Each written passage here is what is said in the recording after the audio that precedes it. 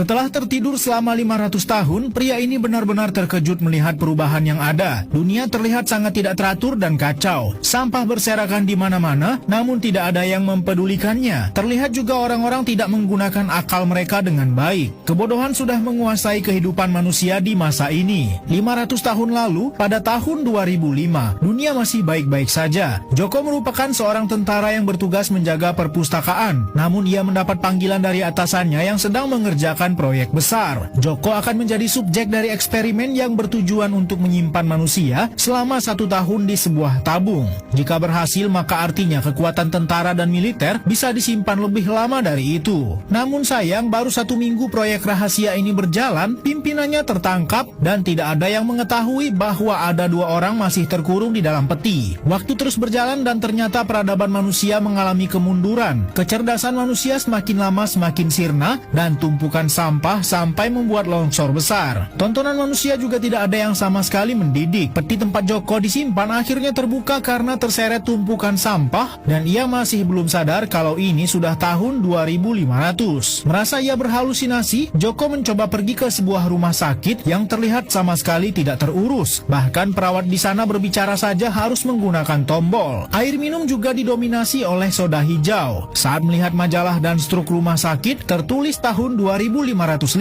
Joko melihat keluar dan suasana begitu mengerikan. Karena panik, Joko berteriak membuat petugas rumah sakit ketakutan dan Joko pergi begitu saja. Kebebasan Joko tak bertahan lama sebab ia malah ditangkap polisi atas tuduhan merampok rumah sakit. Joko segera dibawa ke pengadilan dan terlihat hakimnya pun tak berpendidikan sama sekali. Joko juga diberikan seorang pengacara yang sama sekali tidak membelanya. Gaya bicara Joko yang jadul dianggap sebagai masalah di masa ini. Pria ini terpaksa dimasukkan penjara dan dibuatkan identitas semacam KTP di masa ini. Karena dianggap orang asing dan pendatang, Joko juga harus menjalani tes IQ. Pertanyaannya sangat mudah, seperti berapa hasil 2 tambah 2. Namun terlihat orang-orang lain di sana begitu kesulitan. Joko akhirnya sadar bahwa di masa ini orang-orang begitu bodoh. Bahkan saat akan dimasukkan ke dalam penjara, begitu mudahnya Joko mengelabui penjaga dan kabur. Joko kembali ke rumah orang yang sempat menjadi pengacaranya dan berusaha menjelaskan bahwa sebenarnya ia berasal dari masa lalu, tepatnya 500 tahun lalu, dan ia yakin bahwa di masa ini ada sebuah mesin waktu yang bisa membawanya kembali ke tahun 2005. Dijanjikan akan diberikan uang 80 miliar, Frito mau menolong Joko yang saat ini juga sedang dikejar polisi. Dalam perjalanan, Joko juga bertemu dengan Rita, wanita yang menjalani eksperimen yang sama dengannya 500 tahun lalu. Ternyata Rita juga terbawa ke masa ini. Frito benar-benar yakin bahwa ia tahu letak mesin waktu yang dicari Joko. Namun sudah semalaman mereka